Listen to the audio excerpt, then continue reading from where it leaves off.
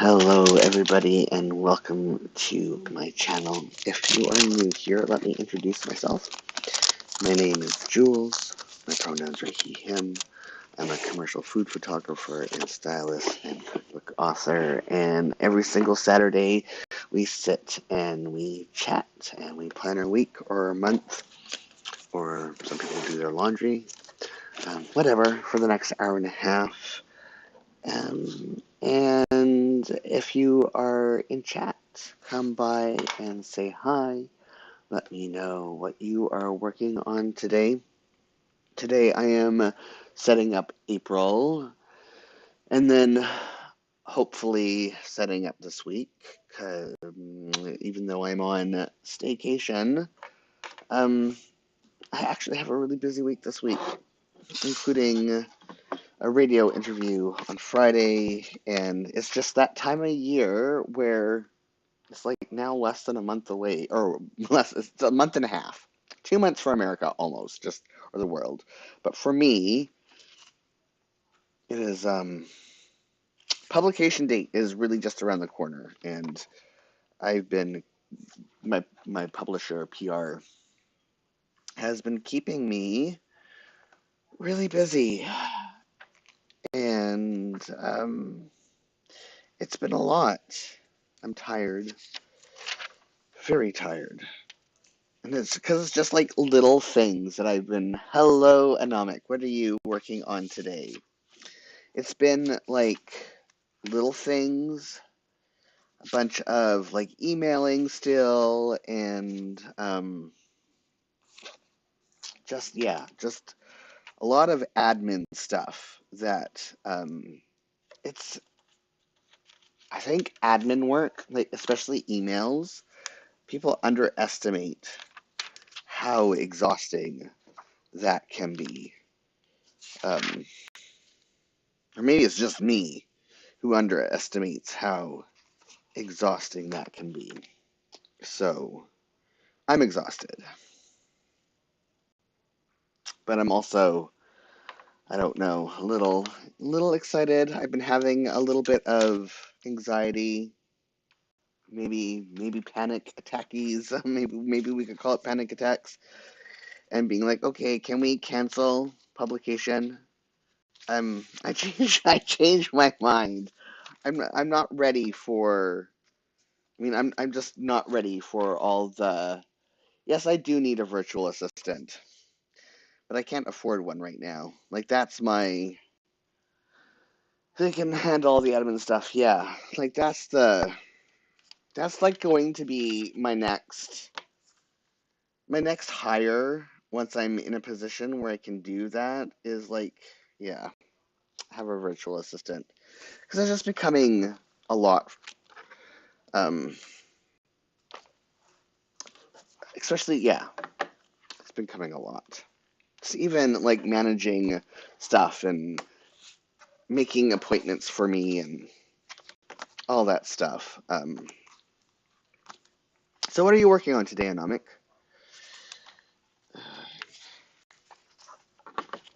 I like also my goal for April is to get back in my planners. I've fallen so far out, like for the first 3 months, and part of it is just being in, I don't want to say limbo, but it has been a period of transition from one project to the next, and kind of trying to figure out exactly what it is that I want to work on next, and again getting like all the beginning ducks in a row for like this big PR push that is officially underway. Anomic is need to meal plan today, but they don't feel like it. They might just plan for next week. I understand that. So I don't even want to be planning today, and I have to. I have so much coming up, and it's not even in my schedule yet. I also have forgotten to put the link for my book launch. I mean, there's plenty of time to register, but I do have to start putting that. I mean, when I schedule April, I will put in the the descriptions for April streams, the registration link for my book launch. Let's start with here for planning. So, yeah, that's happening soon. I mean, it doesn't seem like soon, but it's now less than 2 months away until that event happens. I mean, there's a lot to do to plan for that. I'm now, like, have a good list of recipes that I need to start developing for my next cookbook project. Well, hopefully cookbook project. I mean, that's like the next thing that I'm tackling. So I also have to plan that. And since I'm not doing the 365 dishes anymore, I'm probably going to repurpose the Hobonichi avec. Gosh, my brain is just like flying out of my head. The Hobonichi avec for that. Because right now I'm keeping notes for those recipes scattered all over the place. And it's not very efficient.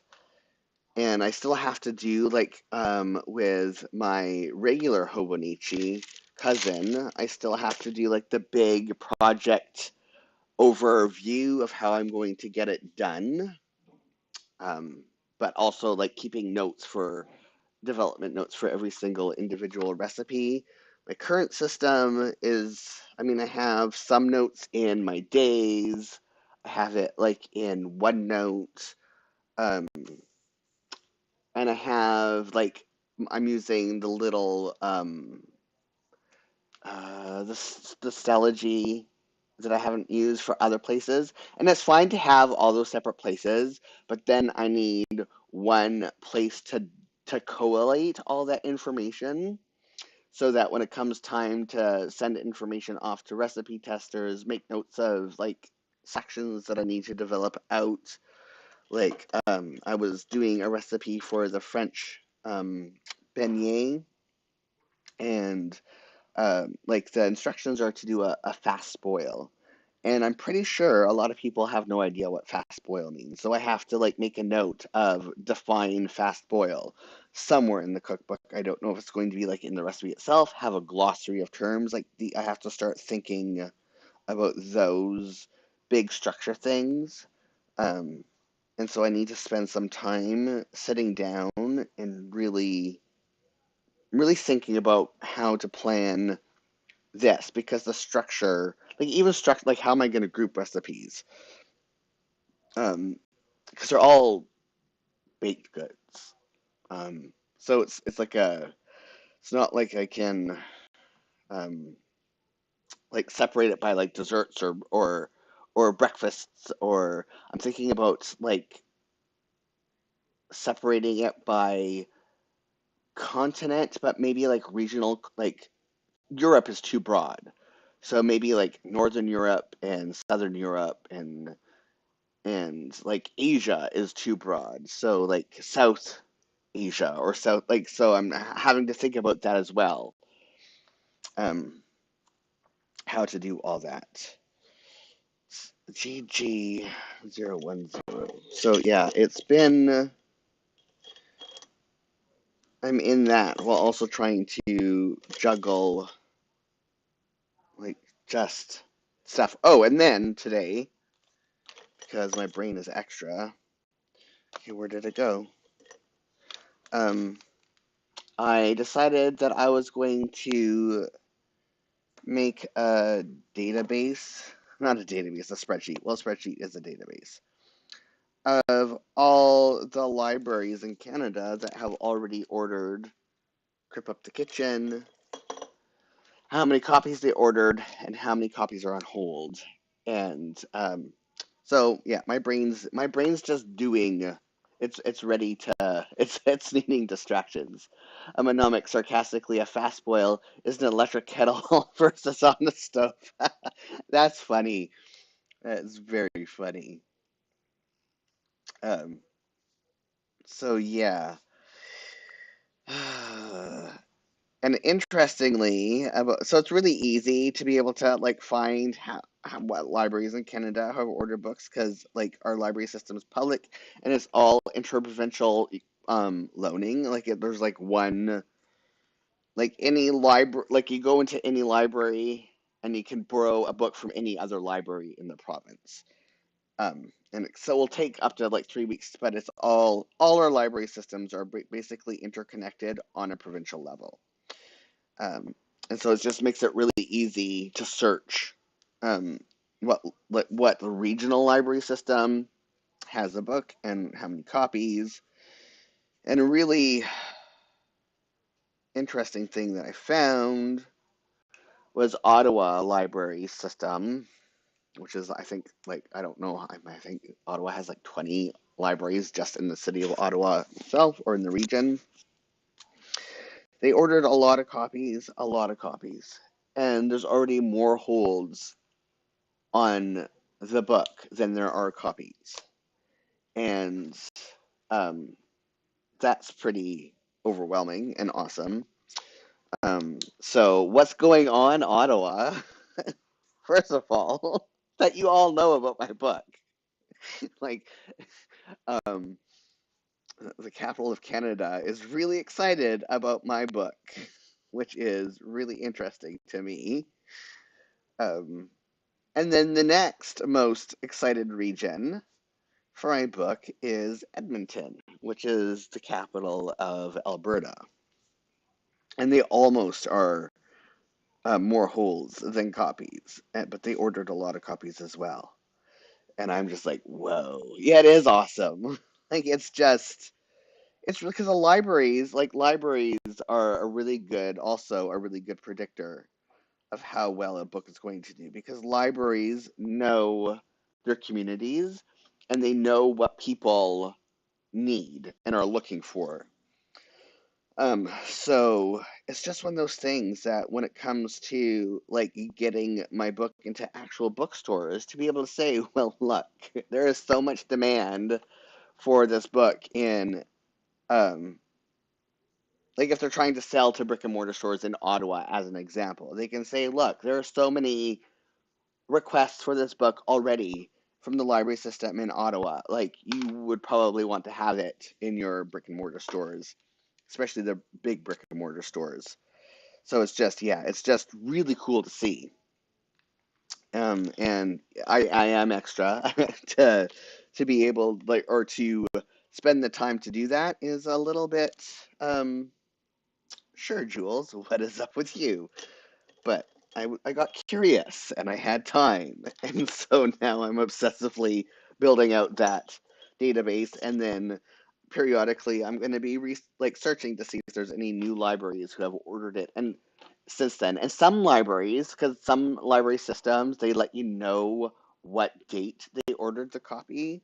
And some of the libraries, like the Vancouver Island library system where I live, they ordered their copies in January like a long time ago.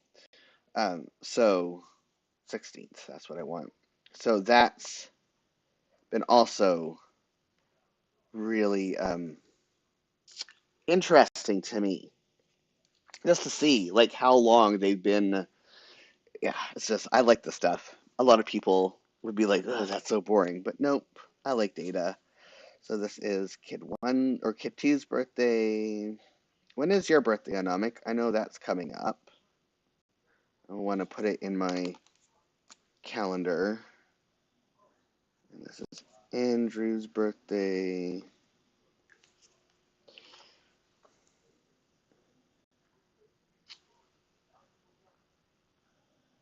Um, I have to, before I forget, I have a meeting on um, Tuesday. And yes, okay. My week is busy this week. Anomic saying it is interesting to see how it gets to the consumer. Very much so. And I love libraries. Like, libraries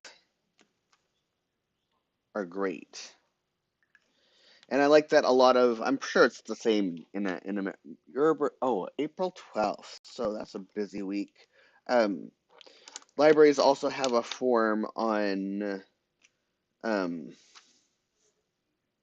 their websites where if they don't have a book, and if you don't see that they've ordered the book, like it's coming, then there's a form to um, fill out to request that they order the book. Um, okay. Need to see what other birthdays I have happening in April before I move on to appointments. Come on. Nope. Looking for April. Oh, and Jenny. Forgot that. That's why I have it written down in another book. And then the 30th is my friend Bonnie's birthday.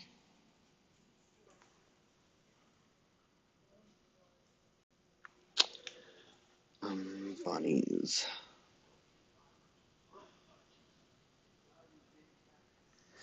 B-Day. And then I have to remember that the 7th is a holiday and the 10th is a holiday. The 10th I already have off from clients, but I'm going to put that in next. Time off is 3. So Friday is a holiday.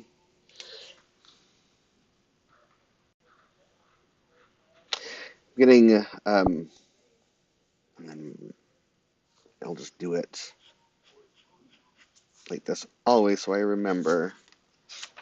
And I haven't been doing it here, which I need to do.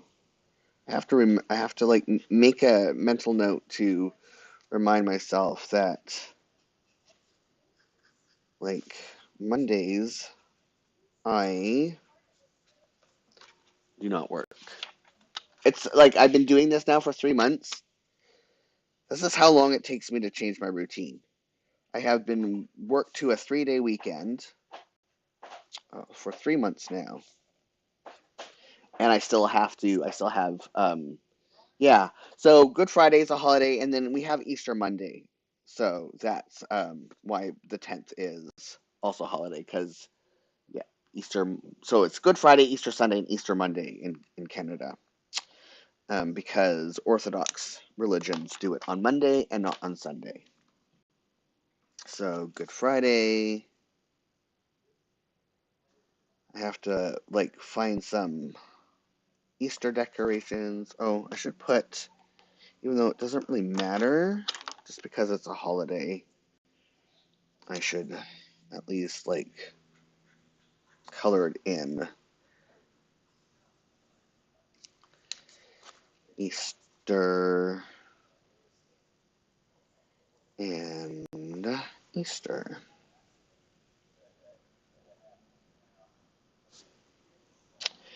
And then,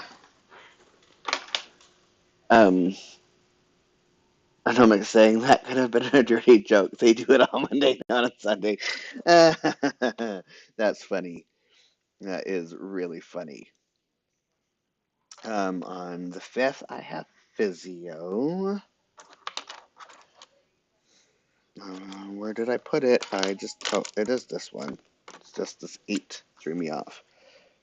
Physio.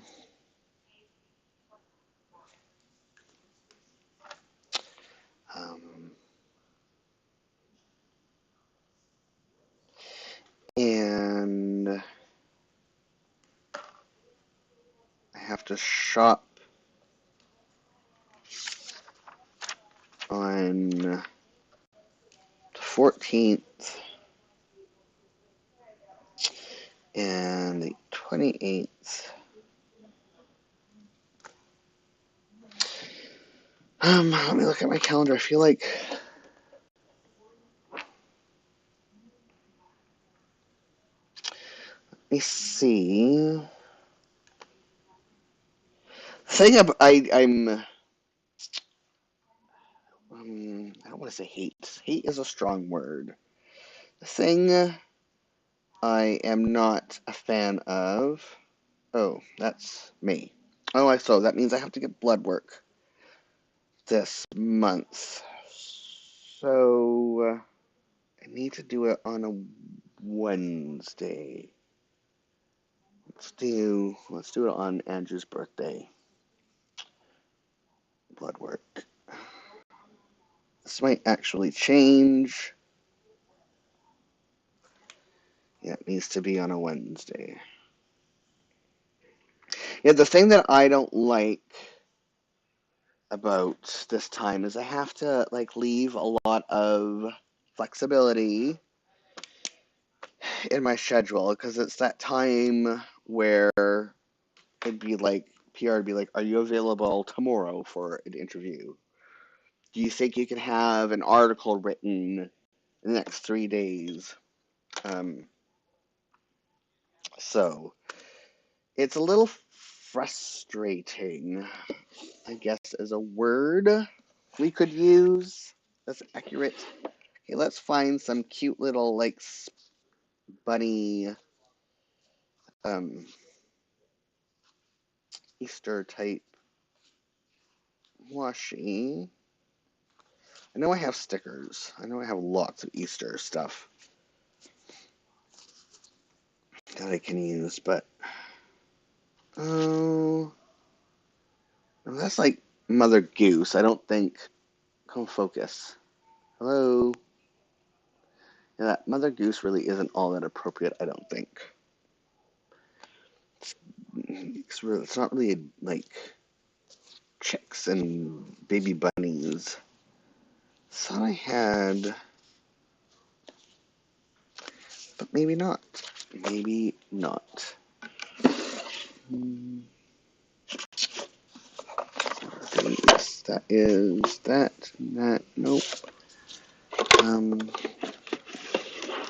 Let me look through here.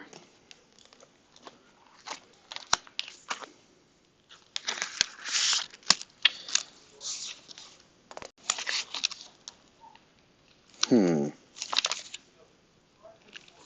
want those really lumpy. This is interesting. These are like bunny cutouts. Wait, come on. Like, it's weird. No, are those handbags? I can't tell. Gotta take one out. These are either like handbags, like shopping bags. Yeah, they're shopping bags. They just look like abstract bunnies, but no, they're shopping bags. So, no, they're too big. Okay, so that's shopping.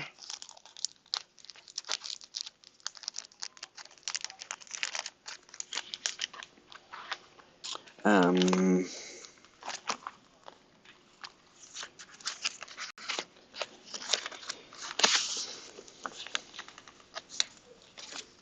what else do I have? Oh, so pretty sure it happened in the last week. We finished The Last of Us, and it was very good. I'm very much looking forward to season 2. We're going to be starting Ted Lasso soon. So we might wait until, is it like, here's the thing, we haven't checked out yet if it's dropping weekly or if they dropped all the episodes at once. Because if it's dropping weekly, then we're gonna wait.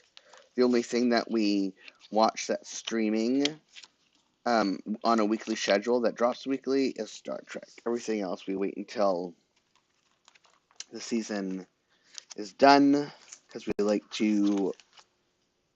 Oh, here we go. This is Easter. There's too much. We tend to forget, even though I like schedule or watching to try and circumvent that. But sometimes we still tend to forget. So, oh, these are so cute. But I think I want to do something really extra for the side.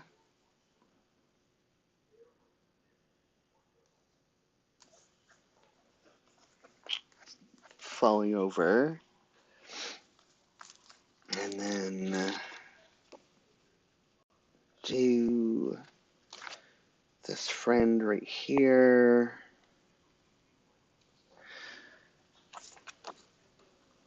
And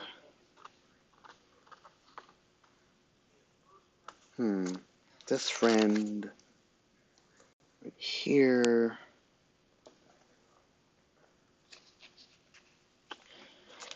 And I want to put this friend somewhere right here.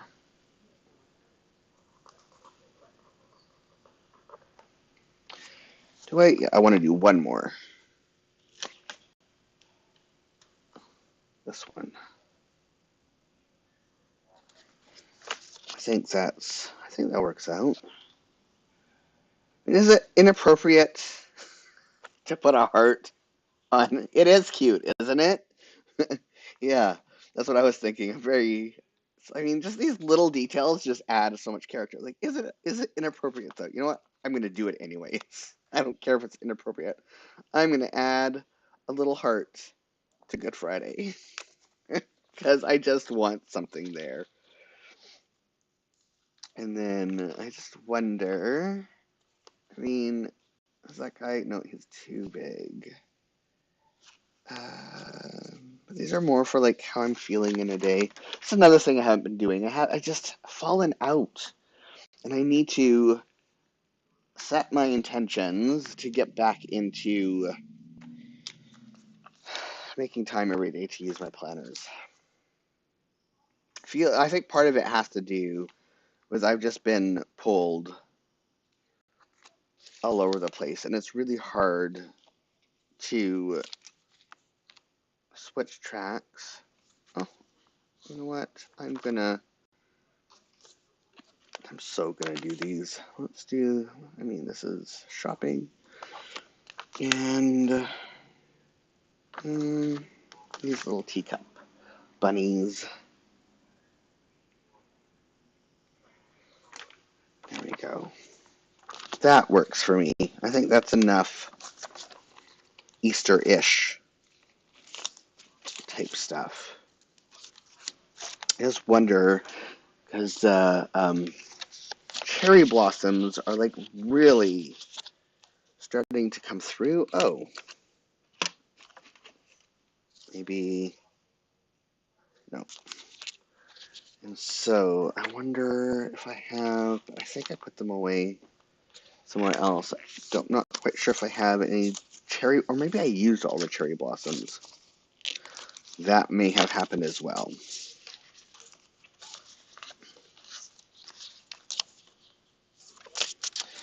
I think I used them all. But I will just quickly check. And I'm saying sometimes the planners get behind, but you can always do a makeup day and catch them up. Yeah, I mean, and I have enough like written down. Like I know what I've been doing. I can just look at my calendar and like my electronic calendar. But sometimes I just wonder like if it's worth it. I know what I will do regardless, especially if I'm like stressed out and as things come closer to pub day and I find myself more and more like I almost had a full-on panic attack yesterday and just like, okay, I changed my mind. I don't want to do this anymore. Is it too late to cancel publication of my book? Yes, it is too late. I mean, copies are already like going out to reviewers and they're in the warehouse and going to, yeah, it's too late to change my mind about this. But so yeah, so when I'm having those moments, I need to remember instead of just like having the anxiety attack and being like, okay, I hate everything. This was a mistake. Then that's just a good time to sit. And even if I don't backfill stuff, to decorate my pages. in my days because it's always a nice thing to do. Um, I mean, that color matches, so I'm going to add a little bit of washi down here. I don't want to fill them all up because I do want to leave a space. And I'm like saying we already have it on hold. Yeah, like that's what I mean. Like people have bought copies. It's it's too late. It is absolutely too late to change my mind. But I'm not ready. I'm just not ready. Because I looked at the calendar yesterday, was part of it. And I'm like, what? It's going to be April in another week? What? No. Like, no. That means there's like 1 month left until my pub date for my Canadian pub date. What the heck and heck? So, April, I just want to, I think I I'm going to put in here to set up planners for cooking project. And I think also now that I'm have another like big project, like I know what I'm doing now for my next big project, it's also going to be easier to get back into my planners because I can't. There's so many moving parts that without my planners, it's just impossible. Um, that filly has left the barn. Yes, yes, as they are fond of saying. Oh, that reminds me of American sayings. Oh, I like these little. I think I want to put some strawberries up here. So, yeah, I think it was in Flintstones. Maybe not, maybe different, but you know the word like referring to money as clams? Did you know? And I just learned this, and maybe all Americans know this, but I just learned this that clams, like actual clamshells, used to be transactional currency in um gosh, what beach? There was a place in America, and it's a famous beach name. And during the Depression, a lot of stores in this location town. No, I don't like that. I changed my mind. Would accept clams as currency, and you would sign over the clam. And like there was on one side, it was a monetary value, and the other side, like you would sign your name saying that you have spent this monetary value. Something beach. Okay, I'm gonna have to Google this because it's fascinating. Um, clams currency.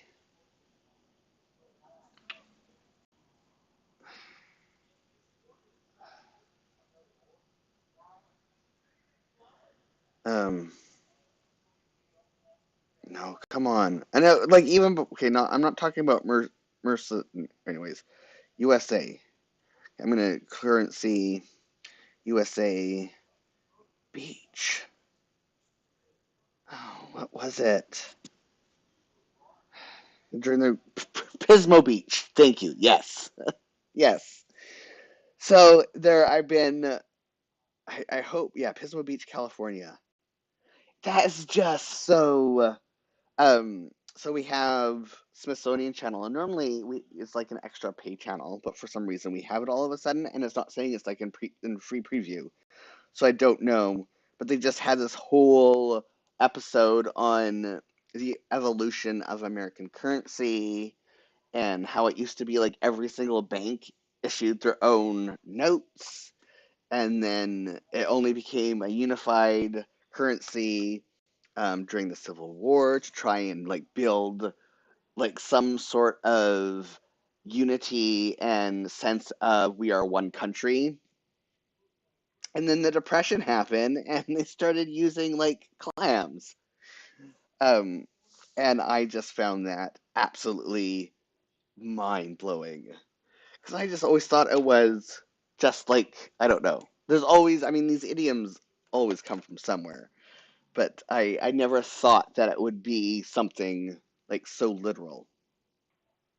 Oh, I need to put like balloons and birthday decorations.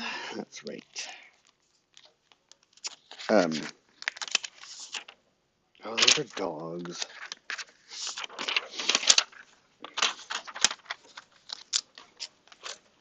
Fascinating. Okay, so birthday and birthday. Huh. There's not much room there. So let's just do this little present.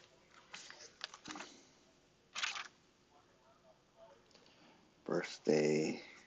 And then this buddy. Oh, wait. One of these days, I may be the fifth, is when we brought the boys home. So I gotta check that. My news. Why isn't it?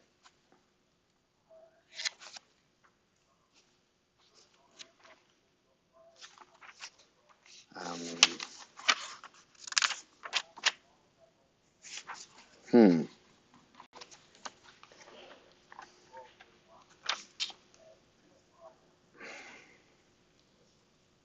Okay.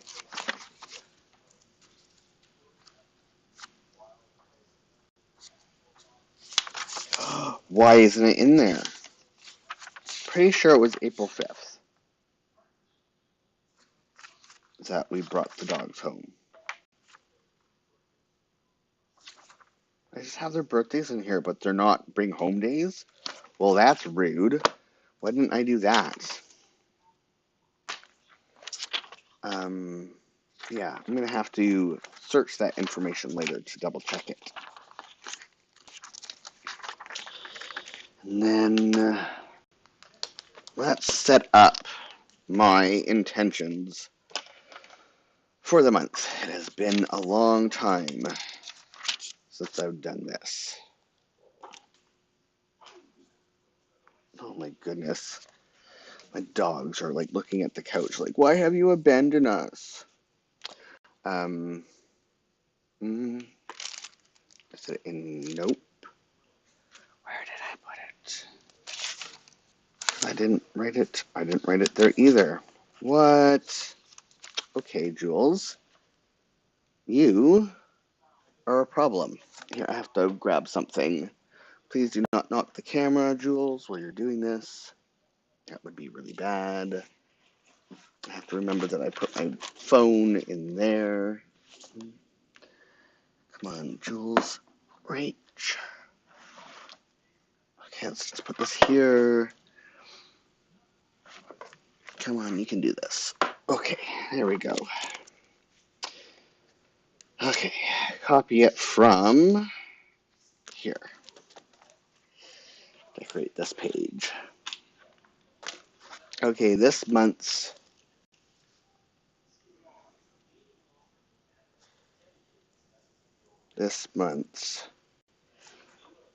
goals,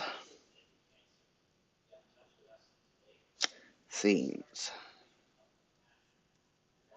So, I'm going to set two goals. One, set up cooking project. And two, get back into planners. instead of just like feeling discombobulated every 2 minutes. Things I want to do.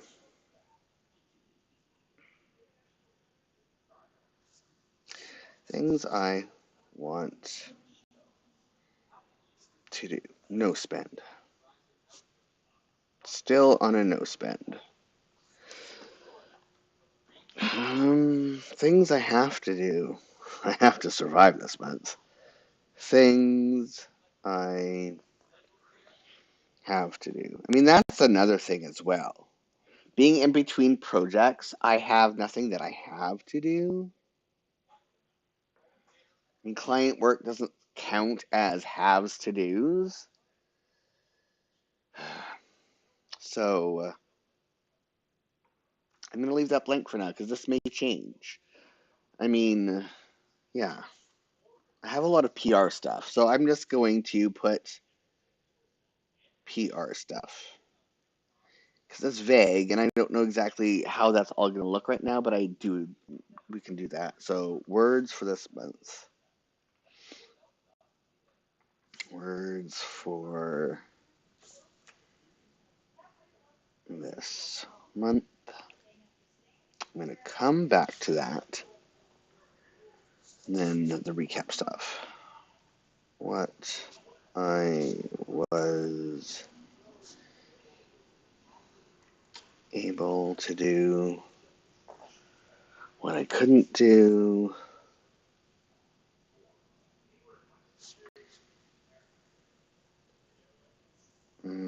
couldn't do what I did,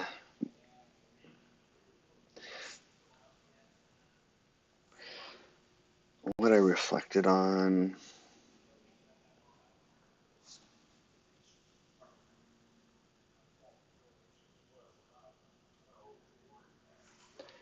people I met,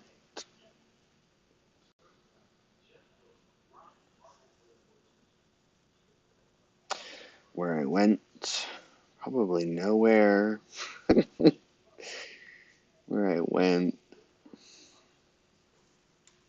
what I bought,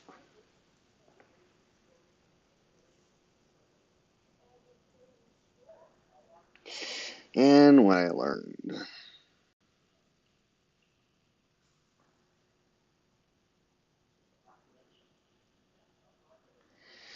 And then my next question is, where did they go? There they are. Not sure. Not sure I want to use these. I mean, I bought them. I should use them. But I'm not sure how I feel about them. Like, I mean, I guess it's another easy way to see it. Yeah, actually, that's fine. Let's throw these in.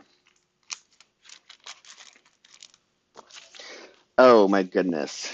April 1st is when, for some reason, Twitter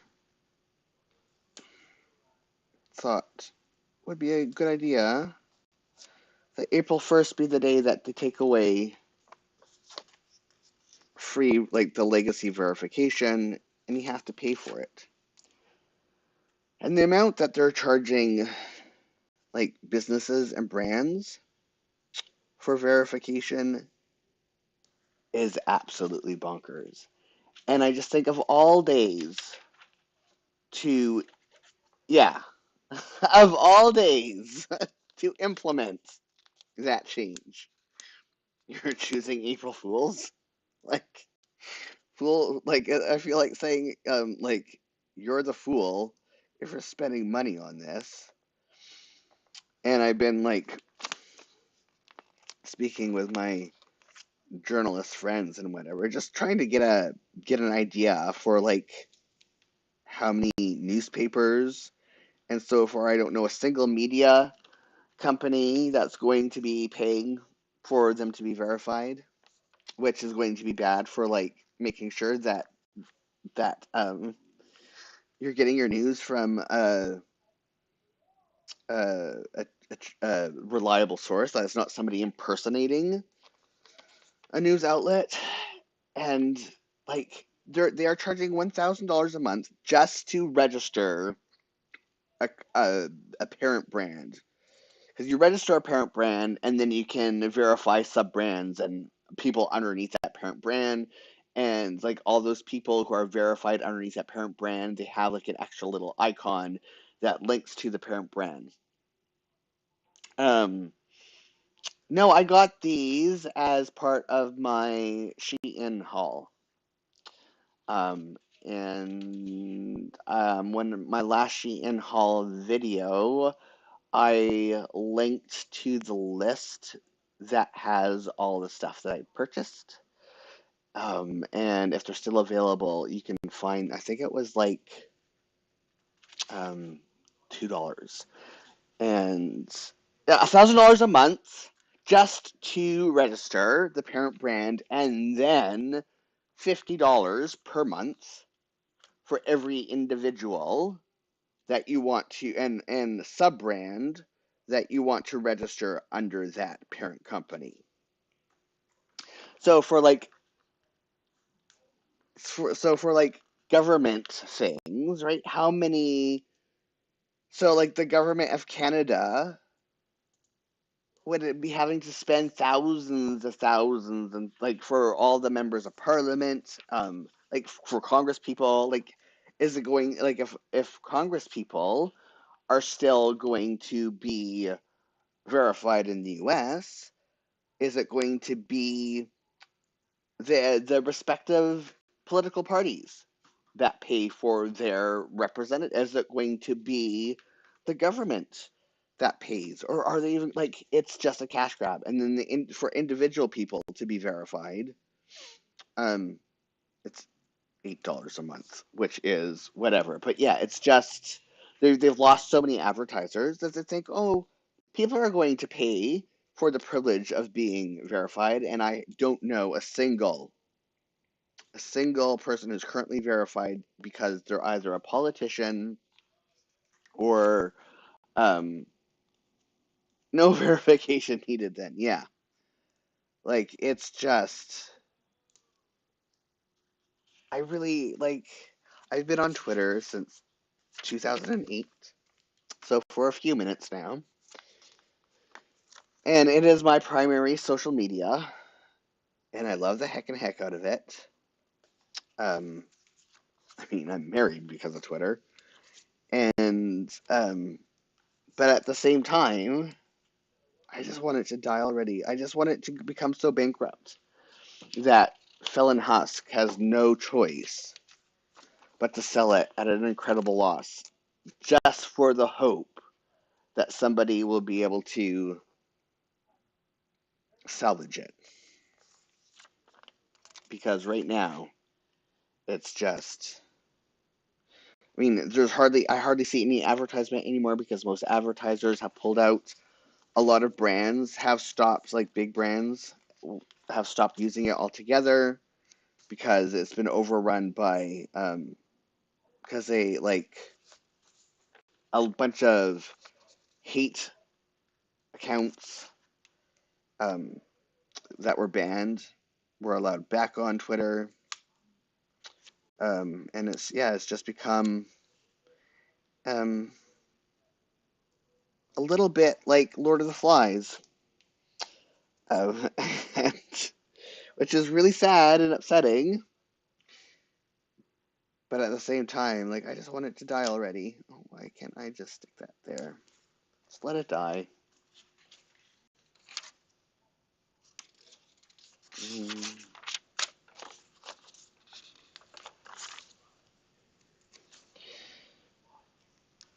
What else is going on? Oh no, no, no, no. No, please stop. The problem. There we go. Was a day's paper, or maybe it happened when I was working in the Hobonichi. That if you're not really careful pulling up the stickers, like even stickers that are like washi that are supposed to be easy to pull off, the paper comes up with it, and then you have no choice but to be like left using um, ruined paper.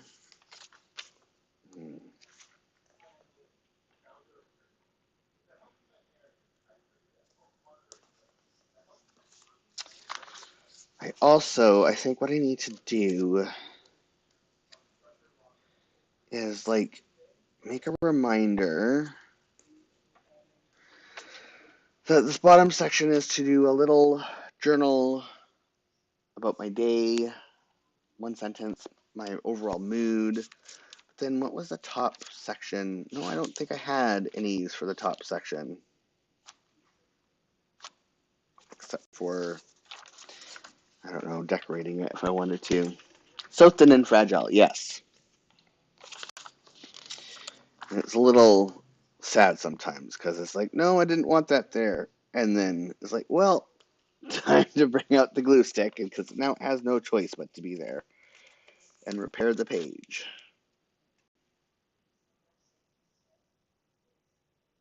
Okay, this is such a tedious process, but I like it. And normally I don't like tedious processes, but something like this, because it's very, I guess it's because it's rhythmic. I enjoy.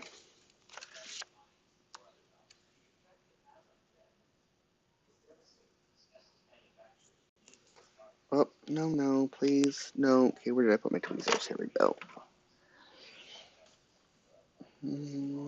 Careful, careful. Very careful, like surgery. Okay, no, oh well. Okay, there's a little crease in it, but it's not as bad as it was.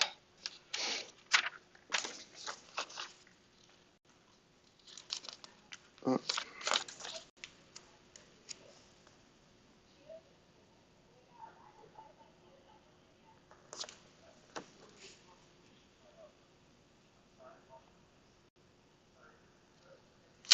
Huh. I never noticed that before. So there's like underneath of here, I guess you're supposed to. I'm not even sure it'd show up on camera. So I can get this to focus. Come on. Focus. Let me see if this would work. Do this. Please know that there's something here to focus on. Come on. There we go. So you see, like, very faint, the blue and the red. Sorry. So that's Monday through Saturday, or through Sunday. And I'm guessing if you have, like, a really, really, like, 0.1 millimeter, like, really super fine, ultra fine pen, you're supposed to circle or maybe just underline what day of the, like, yeah, the day of the week that is. And I never noticed that until now, that's there. It's an interesting feature.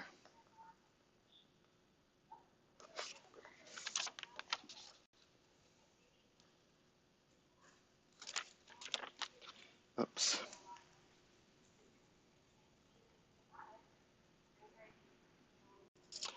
Anamika saying schedule and process. Thank you. Just need more Canadian pronunciations.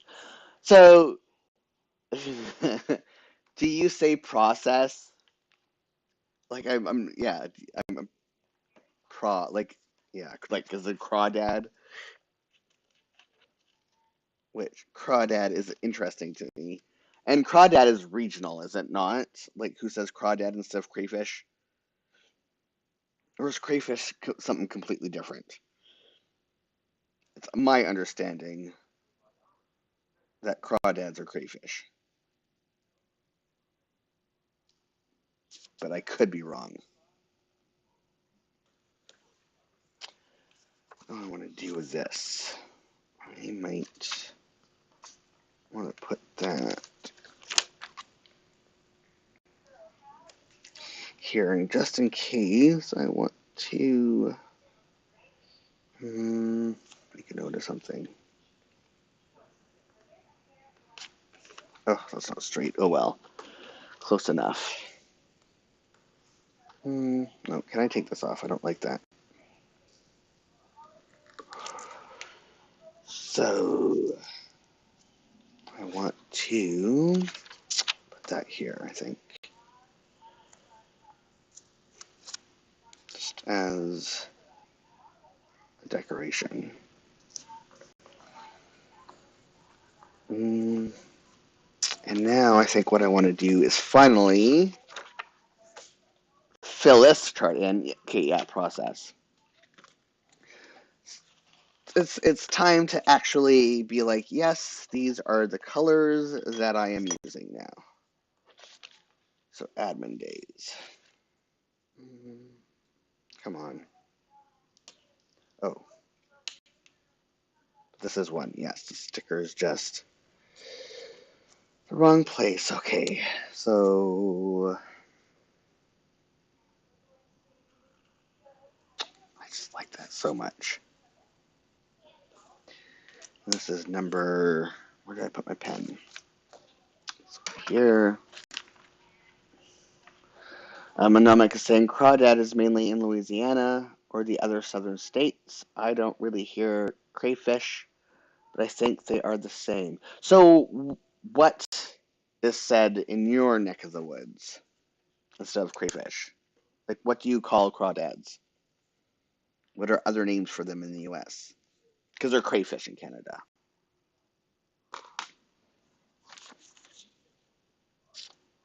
Deadlines. Number 8.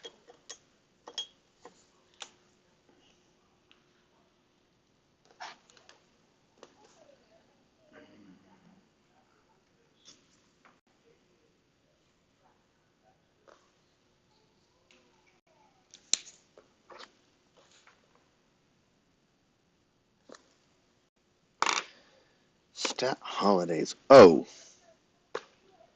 Jules, you're so goofy. Number 5. I need to go over that. This is number 5.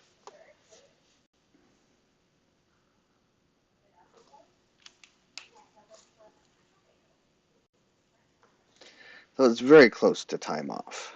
But let me redo this.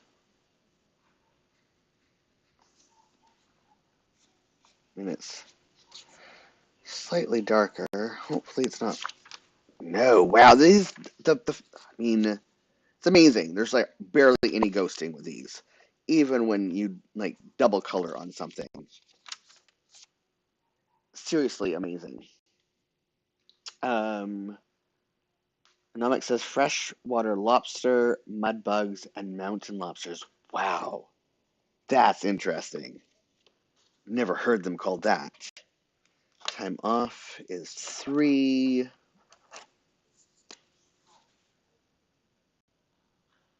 Yeah, they're so close together in color, but I like it. 3. I think what I need to do with the 5 is remark it up.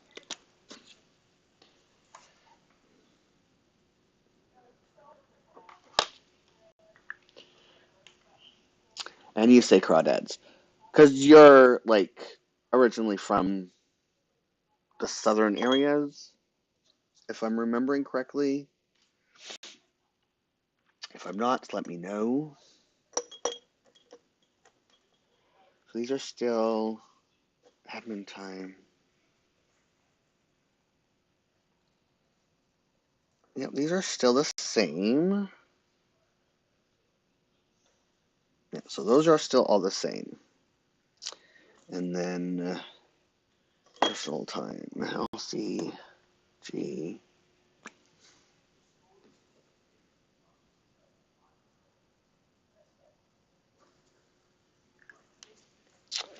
LCG.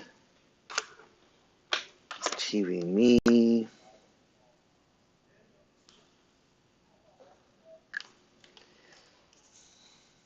LWG. Warm Gray. Namek is saying their family is from the south, but they are from New York. Yeah, so that makes sense.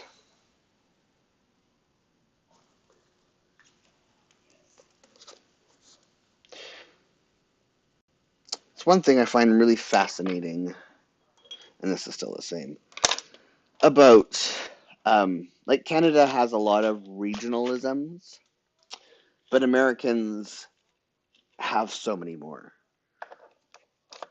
Like, I mean, I've also heard crayfish called other things. I mean, just just crayfish alone has a bazillion different ways of saying that. Where in Canada, I don't know anybody who calls them anything other than crayfish.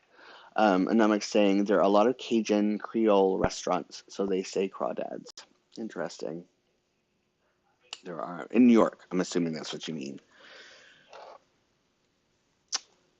I'm having to do so much research, and I'm loving it about like because this is the restaurant thing about American cooking. Just because um, like when it comes to things that I would say are American cuisine, like even though Cajun Creole has a French history to it, um, it's still American. And then you have the Southern food, home food, um, that is because of enslaved black people that has, I mean, it has a lot of African influences, West African influences. However, it's still distinctively American. And New England cooking has a lot of English influences, but it's still distinctively American into that region. California is another example. And then Tex-Mex is somewhat Mexican, but it's still very different than like Mexican food. It's very much American. Despite its so like Americans take the cuisines from which they like the cultures from that came to America and make them very much distinct and American things.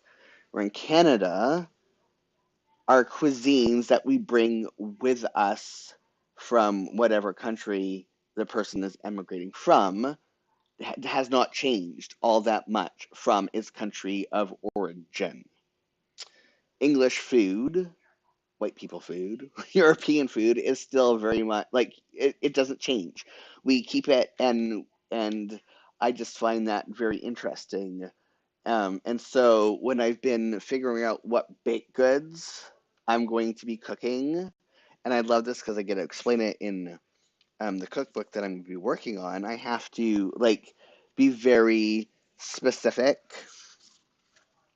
about what version I'm going to be including, and then having to explain this is the Canadian or English version, and this is the American version. Because it's just, I don't know. I personally find it fascinating. Ooh. So, um, my priority for this week, mhm, recipe dev. Oh, hmm. I want my priority for this week to be planning my recipe dev. But is that still recipe? Yes, it's still recipe dev. Anomic is saying that they think a lot of that has to do with the ingredients and seasonality of the foods they had to adapt here in the US. See, that's the thing here too. They had to, and like a lot of the ingredients that because um, growing season for the most part in Canada is so short, we have to import a lot of ingredients from the US and Mexico. Um, but like we have a lot of stews and stuff that you can use root vegetables that you can keep in a root cellar and that lasts for a very long time. Um, since we don't have like being able to have avocados as an example is a really relatively recent thing in Canadian history. So yeah, it's just this is a holiday. just interesting to me um,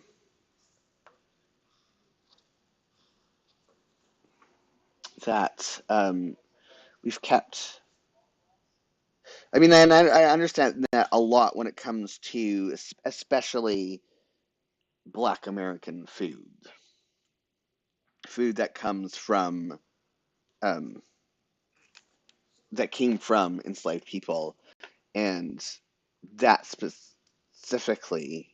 But when I think about Creole food, and I'm just wondering if it's because also enslaved people influenced that, because French Canadian cuisine is more like French cuisine than it is to Creole or Cajun cuisine, yet they both have the same, both Quebec and both Louisiana were owned by France at the same time.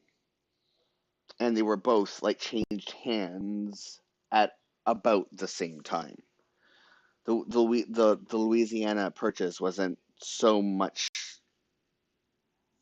didn't happen like they happened around the same time that New France, um, that the war between British and Britain and French um, put Quebec from being New France um, to British control. And so it's like that specifically. It's just really interesting to me. Um, and then any other cultures like Indian people who come here from India, and they always have, they've had their ingredients, they would like send home, like they would shop, and also because of how Britain occupied India, it was really easy to get Indian spices and whatever. Like that was part of the whole East India trading company. But also like stuff that we don't have access to from South Asia because of British colonization. Like they actually, like Indian families mail those what they can't have to people from the Indian subcontinent to their families in Canada.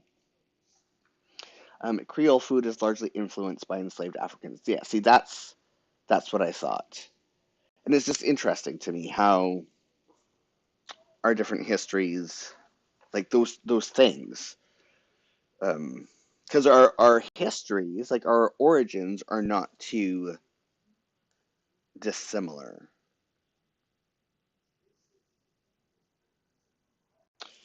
Um, so it's just recipe dev and planning. I think I'm going to call my priority for this week, and planning.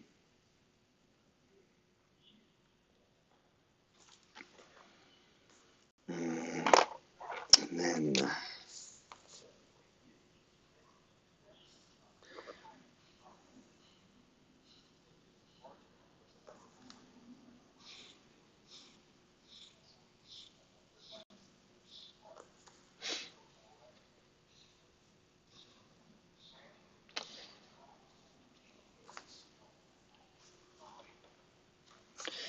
um,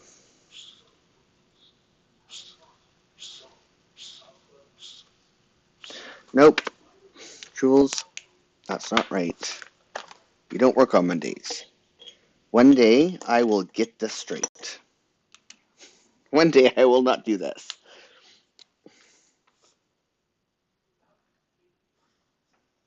Honest to frickin'. There we go.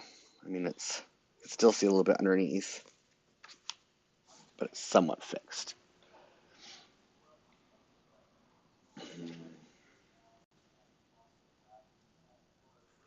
Let me just color this all in before I make another goofy mistake.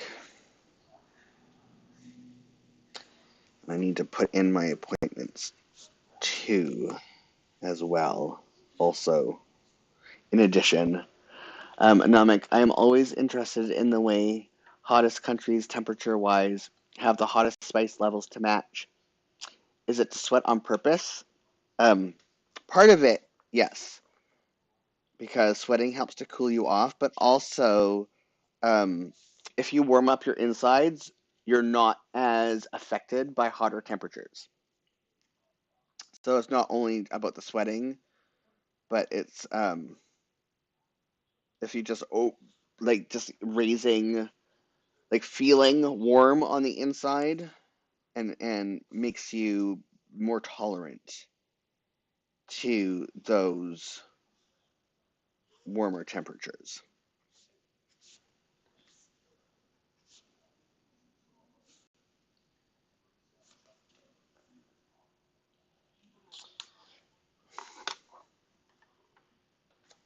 And there's nothing worse than being cold and sweating, because then you get colder. So a lot of northern countries, they try their best not to sweat, and to stay cooler. Archer, settle down, baby. Okay, yeah. Let me, not temperatures. Phone. Put in my appointments calendar.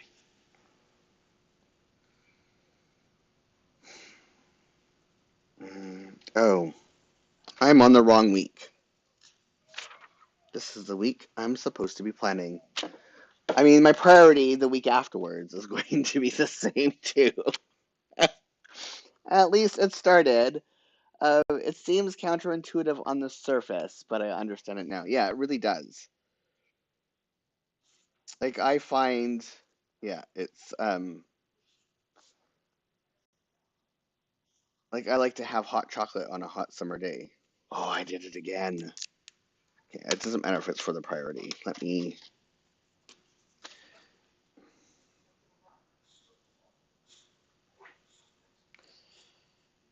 I am such a mess today.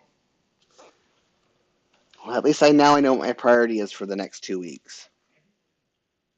So that's something. But I was looking at my calendar for the first week of April. I'm like, I have a whole bunch of appointments this week. Like, what is going on? And then I realized, no, we still have one more week left in this month. Hoping to play some more Pharaoh and Cleopatra on Monday.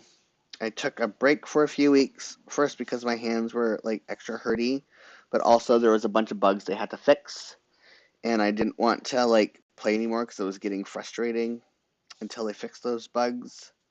And now they fixed those bugs, so I can go back to playing. Okay, let's look again. This is at 12. I'm still going to keep this here. Okay, meetings. BG 020.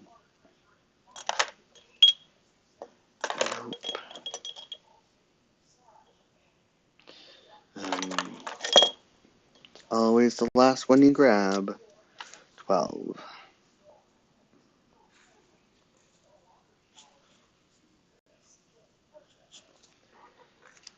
So meeting.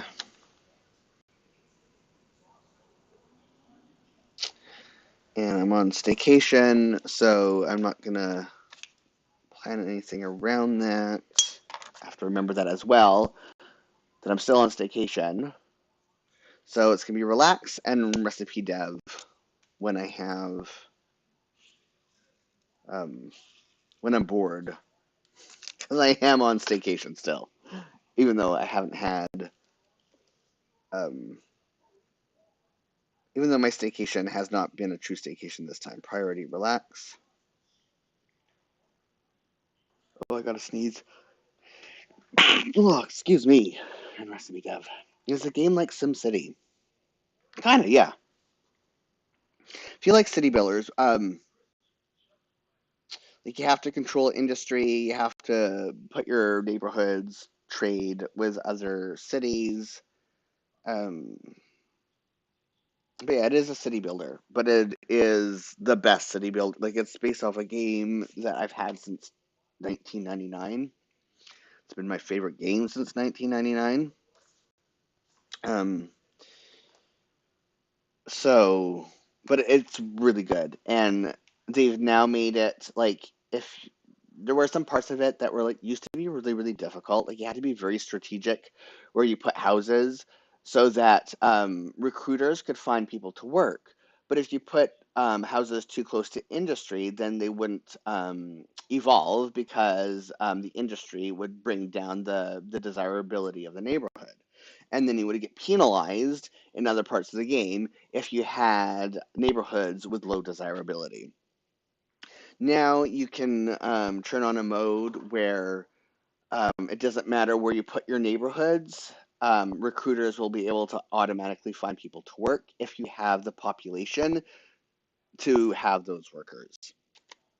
So there's but you can play in either mode. You can play in like super a hard mode, or like turn on some settings to be able to make certain parts of it just a little bit easier, while still having the challenge. So, um, so 1 o'clock to, I think that's 4 o'clock. Yes, so 1 to 4, and that's personal time. Mm. There's a certain mechanics to it that just makes it the best city builder ever made. Okay, what did I do? I mean, I just had them. Um, Here we go. I put the caps upside down. And it's really inexpensive. It's like $30 or something like that. Maybe $25. I don't know. It is, and you play through the very beginnings of ancient Egypt, through all the dynasties of Egypt, and you just slowly build, and you learn about Egyptian history in the process. Um, and yeah, it's just a really fun game. So 1 o'clock to 4 o'clock.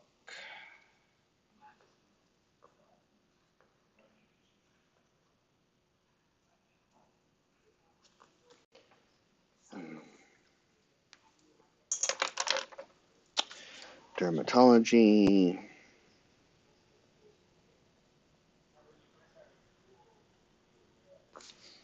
And this arrow all the way down. And then Thursday.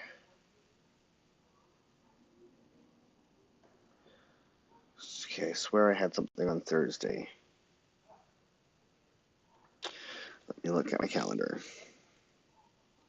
March. Deadline. Deadlines are 8. Oh, and I have a deadline on Friday as well. Jeez. Okay, so deadline on Thursday. Deadline. Is that right? No. Jules. That's not 8. Why did I not grab 8? Oh my goodness. Here's 8. I can color over it. Thursday and Friday. So, email for the big idea. Oh, big, yep, idea. And then 6 books due. Okay, and then Friday at 5:05, I have a radio interview. I guess we can call that a meeting.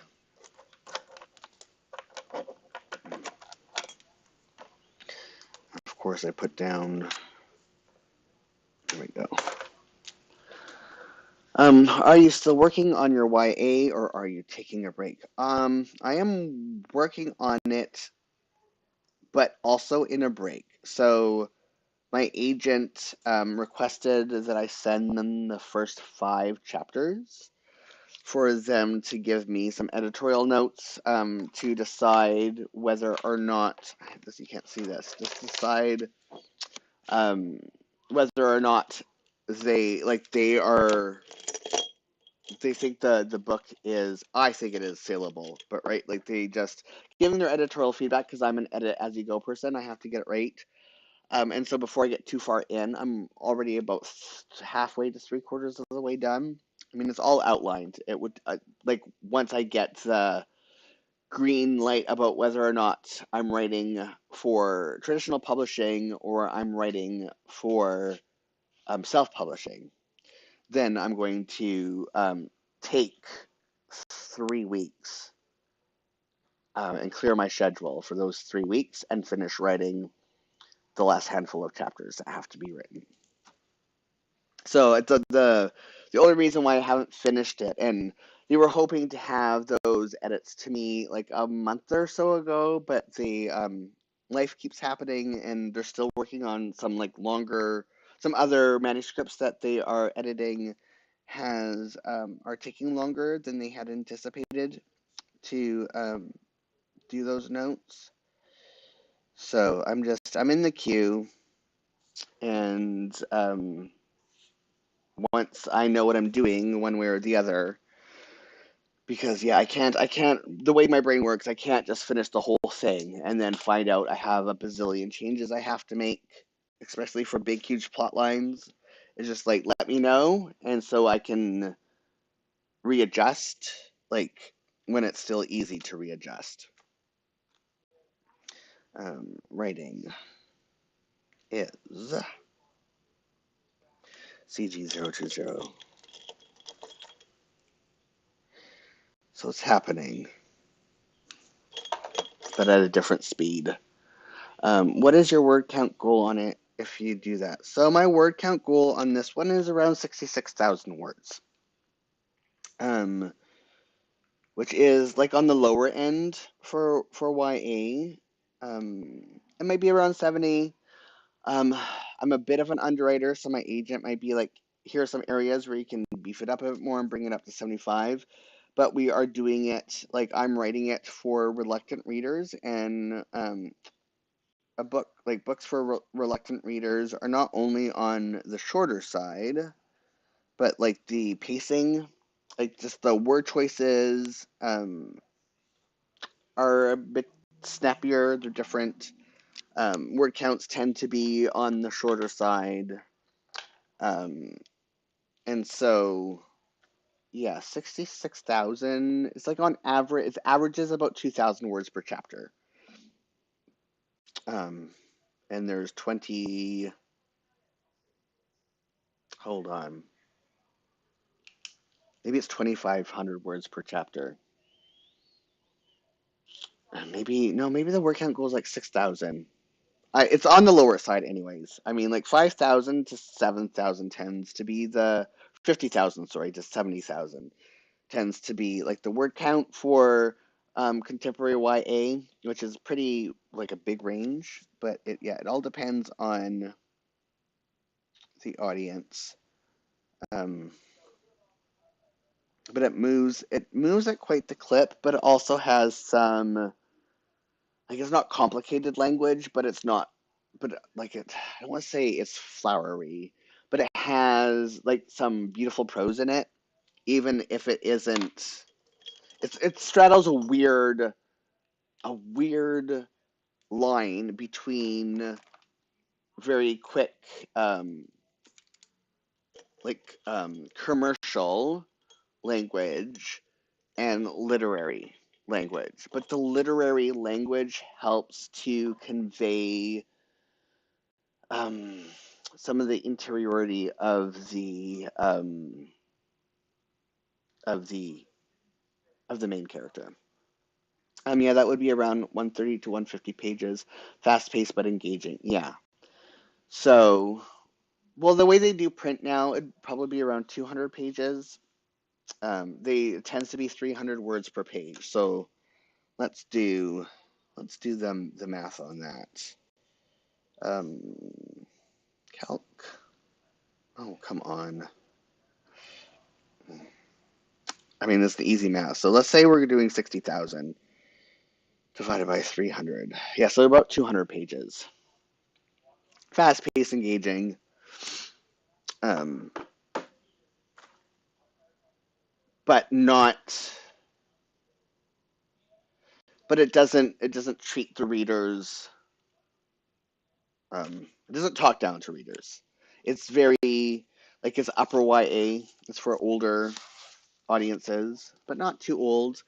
I think it might be different in America because, like, in Canada, we read Lord of the Rings, or not Lord of the Rings, Lord of the Flies in grade 7, and Handmaid's Tale was a grade 10 English lit book.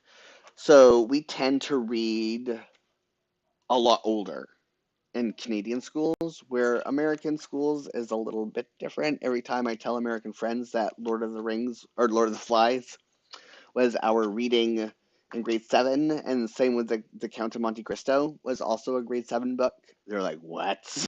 I'm like, "Yeah, like you're old enough when you're 12 and 13 to handle those topics." Um, and Handmaid's Tale was grade 10, sometimes grade 11. Um, Now we don't have required reading. We have a list of suggested books that students can pick from that the teacher is familiar enough with that they'd be able to. But yeah, now students pick what book they want to read, and there's a suggested list of um, of titles that are that are in, like, the difficulty level that they're wanting students to read at. Yes, this is what I'm looking for. So, um, my book, the protagonist is, and I'm saying I think that they did Lord of the Flies in grade 8 or 9. I know, and I guess this depends on school district in America, because your curriculums are, like, on a school district level for the most part, where ours are on a provincial level with a national standard.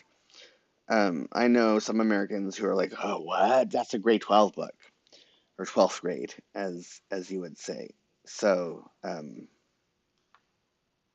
yeah, it's just interesting to me. That's right, yeah. Um, so the protag, the main character, and the main character's best friend, which is also, like, pretty main character-ish. Um, they're in grade 11 and 12. One's in grade 11, one's in grade 12, so it's going to be for, like, grade 9, 10. Probably grade 9, maybe even grade 8. Because grade 8, I mean, the topics of sexuality and gender identity are introduced in BC schools in grade 4.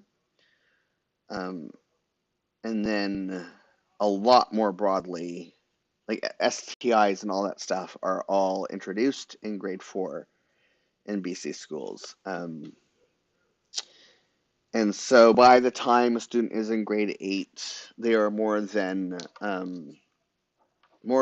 prepared enough to deal with the, I don't want to say adult, because they're not adults. I mean, these are teens in a very, very typical teen situation. Like, it's a very, very contemporary modern book.